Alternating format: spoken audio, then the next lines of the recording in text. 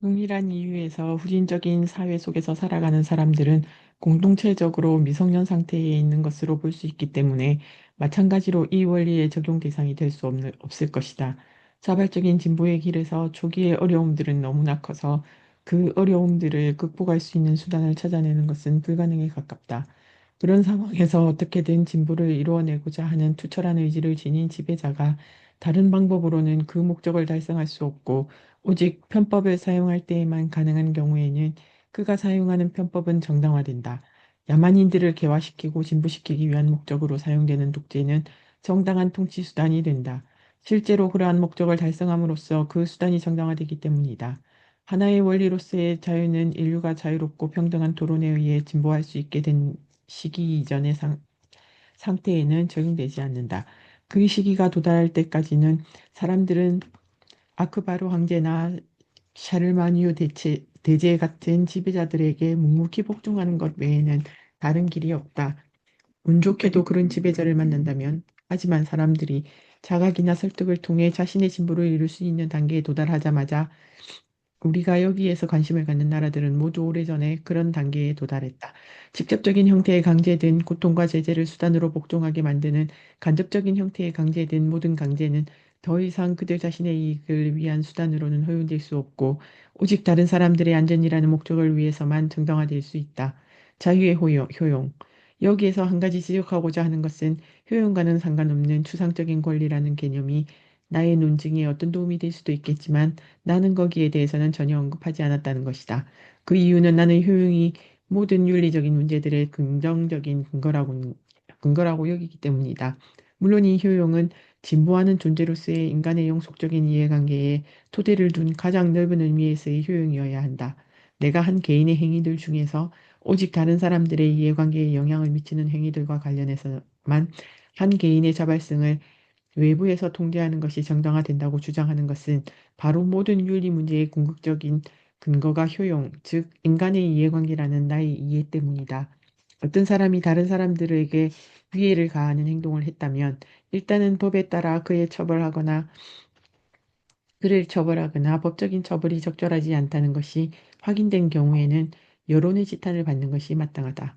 또한 다른 사람들을 위해 적극적으로 행해야 할 일들도 많이 있는데 그런 일들을 강제하는 것은 정당한 일이 될 수 있다. 예컨대 법정에서 증언하는 것, 자신을 보호해주는 사회의 이익이 꼭 필요한 공동의 방어, 또는 그 밖의 다른 협동 지역에서 자신의 정당한 몫을 감당하는 것, 그리고 죽을 위험에 처한 사람들의 생명을 구해주거나 스스로를 방어할 힘이 없는 사람들이 학대받지 않도록 개입해서 보호해주는 것 같이 개별적인 선행들을 하는 것 등이 그런 일들이다. 사회의 일원으로서 해야 하는 의무임이 분명한 이런 일들을 행하지 않는 사람에게 사회가 책임을 묻는 것은 마땅할 것이다. 사람은 어떤 행동을 함으로써만이 아니라 하지 않음으로써도 다른 사람들에게 해악을 끼칠 수 있기 때문에 둘 중에 어떤 경우에든 사람이 자신이 끼친 해악에 대해서 책임을 지는 것이 옳다.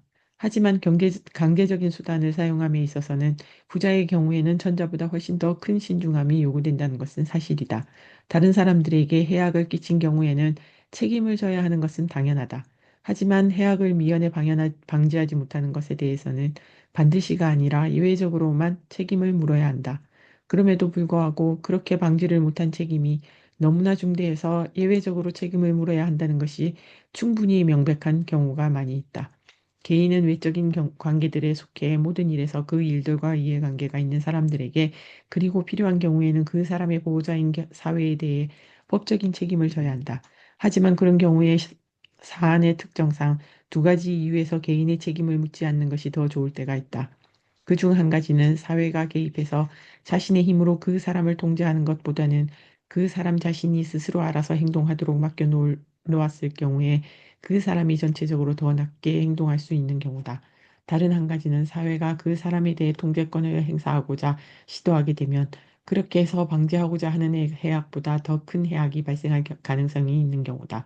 어떤 일에 대해서 사회가 개인에게 책임을 물을 수 있는데도 불구하고 이런 이유들로 인해서 책임을 묻지 않는 경우에는 그 일에 대한 사회의 심판과 강제가 배제됨으로써 공석이 된 심판대에 개인의 양심이 대신 앉아서 자기 자신에 대해 한층 더 엄격하게 심판해서 사회의 강제라는 외적인 보호막이 제거된 다른 사람들의 이익을 보호해 주어야 한다. 그러나 한 개인에게 있어서 개인과는 구별되는 사회가 전혀 이해관계를 갖지 않거나 단지 간접적인 이해관계만을 갖는 행동 영역이 있다. 한 사람의 삶과 행위 중에서 단지 자기 자신에게만 영향을 주거나 다른 사람들에게 영향을 주는 경우에도 오직 그들의 자유롭고 자발적이며 진정한 동의와 참여 아래에 이루어지는 모든 것들이 거기에 속한다. 단지 자기 자신에게만 영향을 주는 일들이라는 것은 일차적이고 직접적이라는 관점에서 볼 때에 그 자신에게만 영향을 주는 일들을 가리킨다. 왜냐하면 어떤 사람 자신에게 영향을 주는 모든 일은 결국에는 그 사람 그 자신을 통해서 이차적이고 간접적으로는 다른 사람들에게도 영향을 줄 수 있기 때문이다. 이렇게 이차적이고 간접적으로 우연히 발생하는 이해를 근거로 해서 제기되는 반론에 대해서는 나중에 살펴볼 것이다. 자유의 고유한 영역. 따라서 인간의 자유가 절대적으로 보장되어야 하는 고유한 영역은 이런 것들이다. 첫 번째는 의식이라는 내면적인 영역이다. 거기에는 가장 포괄적인 의미에서의 양심의 자유, 사상과 감정의 자유, 실천적이거나 사변적이거나 과학적이거나 도덕적이거나 신학적인 모든 주제에 대해 자신만의 의견과 정서를 가질 절대적인 자유가 속한다. 의견을 표현하고 출판하는 자유는 한 개인의 행위 중에서 다른 사람들과 관련된 부분에 속하기 때문에 다른 원리 아래 놓여 있는 것으로 보일 수 있다. 하지만 그런 자유는 그의 사상의 자유만큼이나 중요하고 대체로 동일한 이유들에 의거해 있다는 점에서 실제적으로 사상의 자유와 분리하는 것은 불가능하다. 두 번째는 취향과 추구의 자유다. 이것은 우리 자신에게 맞는 인생 계획을 세우고 우리가 하고 싶은 일들을 행하며 그 결과에 대해 스스로 책임을 지는 것이다. 사람들이 우리의 행동이 어리석다거나 비뚤어졌다거나 틀렸다고 생각할지라도 우리의 행동이 사람들에게 해악을 끼치지 않는 한 사람들은 우리의 일을 방해해서는 안 된다. 세 번째는 각 개인의 이러한 자유로부터 결사의 자유가 나온다. 물론 이 자유에도 여러 제약들이 따른다. 이것은 성인들이 다른 사람들에게 해악을 끼치지 않는 목적을 위하여 강제적이거나 속아서가 아니라 자발적이고 진정한 의사에 의거해서 단체를 결성할 자유다. 전체적으로 이런 자유들이 보장되지 않는 사회는 그 통치 형태와는 상관없이 자유로운 사회가 아니다. 이런 자유들이 절대적이고 무조건적으로 보장되지 않는 사회는 완벽하게 자유로운 사회가 아니다. 오직 다른 사람들의 자유를 빼앗거나 자유를 얻기 위한 다른 사람들의 노력을 가로막고자 하지 않는 한 우리 자신의 이익을 우리 자신의 방식으로 추구해 나갈 수 있는 자유만이 자유라는 이름으로 불릴 자격이 있다. 육체적인 것이든 정신적인 것이든 영적인 것이든 자신의 건강을 지키는 일을 가장 잘 할 수 있는 사람은 자기 자신이다.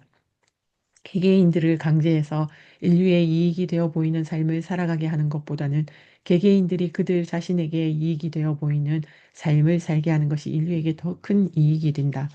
나의 이러한 주장은 절대로 새로운 것도 아니고 심지어 어떤 사람들에게 너무나 뻔하고 진부한 얘기를 늘어놓는 것처럼 보일지도 모르겠지만 이 주장보다 사회를 지배하고 있는 기존의 생각과 실천의 전체적인 경향과 정면으로 반대되는 이론은 존재하지 않는다.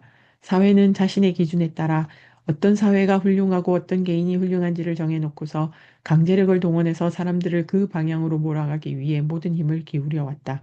자유를 통제하는 해악. 고대 국가들은 모든 시민을 육체적으로 및 정신적으로 철저하게 훈육시키는 것이 국가의 이해관계와 깊이 연결되어 있다고 생각해서 공권력을 동원해서 개개인의 삶의 모든 부분과 모든 행동을 규율할 자격이 있다고 생각했고, 고대의 철학자들은 국가의 그러한 사고방식을 지지했다. 물론 그런 사고방식은 힘 있는 적국들에 의해 에워싸여 있는 작은 나라들에서는 용납될 수도 있는 것이었다. 왜냐하면 그런 나라들의 경우에는 적국의 공격이나 내부의 혼란에 의해서 무너질 위험이 상존했던 까닭에 조금이라도 통제를 풀고 자유를 허용하는 경우에는 치명적인 결과가 초래되기가 너무나 쉬워서 사람들에게 자유를 주었을 때에 장기적으로 얻게 될 유익한 효과들을 고려한 정책을 펼 수 있는 여건이 되지 않았기 때문이다. 오늘날의 세계에서는 정치 공동체들의 규모가 커졌고 무엇보다도 영적 권위와 세속적 권위가 분리되어 있기 때문에 사람들의 양심을 통제하는 권위와 세상사들을 통제하는 권위가 따로 존재한다. 법률을 통해서 개개인의 사적인 삶에 속하는 세세한 부분들에 지나친 간섭을 할 수 없게 되었다.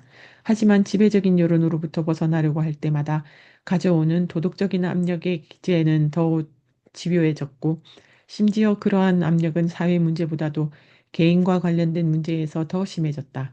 도덕 감정을 만들어내어 온 여러 요소들 중에서 가장 강력한 요소였던 종교는 거의 언제나 인간의 행동의 모든 부분을 통제하고자 한 성직자 조직의 야심이나 청교도 정신에 의해 지배되어 왔다.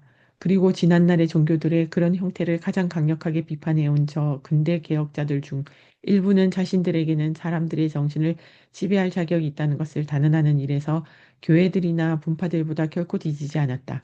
특히 콩트는 자신의 저서인 실증 정치 체제에서 고대 철학자들이 했던 개인에 대한 국가의 철저한 훈육이라는 정치적 이상을 능가하는 개개인에 대한 사회의 철저한 통제, 비록 법적 정치가 아니라 도덕적 장치에 의한 것이긴 하지만 통제를 목표로 하는 사회 체제를 주장했다. 이러한 사상가들의 개별적인 신념과 주장을 차치하고라도 오늘날의 세계 도처에서는 사회가 자신에게 주어진 권력으로 여론의 힘을 통해서, 그리고 심지어 법의 힘을 빌려서 개개인의 부당하게 통제하고자 하는 경향이 점차 확대되어 가고 있다. 사회의 권력을 강화시켜서 개개인의 힘을 약화시키고 잠식하기 위한 목적으로 이 세계에서 진행되고 있는 모든 변화들과 경향성은 그대로 놓아두면 저절로 사라질 해악들 중에 하나가 아니라 정반대로 점점 더 힘을 얻어서 가공할 만한 일이 되어갈 해악이다. 권력자의 자격으로서든 아니면 동료 시민의 자격으로서든 자신의 생각과 취향을 다른 사람들에게 하나의 행위 규범으로 강제하고자 하는 인간의 성향은 인간 본성에 수반되는 몇몇 가장 좋은 감정들과 가장 나쁜 감정들에 의해서 아주 강력하게 밑받침되고 있기 때문에 권력을 빼앗는 것 이외의 방법으로는 거의 통제가 불가능하다. 하지만 그런 재앙을 막아줄 수 있는 강력한 도덕적 신념이 생겨나지 않는다면 그 권력은 약화되는 것이 아니라 도리어 강화될 것이기 때문에 이 세계의 현재의 상황이 지속되는 경우에는 사회의 권력은 더욱 강화될 수밖에 없다. 논증의 편의상 나는 곧장 보편적인 명제를 다루지 않고 먼저 사람들이 방금 앞에서 말한 원리가 적용될 수 있는 분야라는 것을 완전히는 아닐지라도 어느 정도는 인정하는 그런 분야를 하나 선택해서 집중적으로 살펴보고자 한다. 그 한 분야라는 것은 사상의 자유, 그리고 그것과 떼려야 뗄 수 없는 자유인 언론과 출판의 자유다. 이러한 자유들은 종교적 관용과 결사의 자유를 공식적으로 인정한다고 말하는 모든 나라에서 상당한 정도로 정치 도덕의 일부가 되어 있긴 하지만 기대와는 달리 그 자유들이 기반으로 하고 있는 철학적이고 실천적인 근거가 되는 원리들에 대해서는 일반 사람들이 잘 알고 있지 못할 뿐만 아니라 여론을 선도하는 지도층에 속한 사람들 중에서도 다수가 그렇게 철저하게 인식하고 있지 못하다. 그 원리들은 제대로 올바르게 이해하기만 한다면 이 주제의 어느 한 분야만이 아니라 훨씬 더 광범위하게 적용된다. 따라서 사상의 자유라는 분야를 철저하게 살펴보는 것은 이 글의 마지막 나머지 부분에 대한 최고의 서론이 될 것이다. 이제 내가 말하고자 하는 것은 어떤 사람들에게는 새로운 것이 전혀 없을 것이기 때문에 그들에게는 지난 3세기 동안 그토록 자주 논의되어 온 주제와 관련해서 내가 논의 하나를 감히 덧붙이는 것에 대해서 용서를 구할 뿐이다.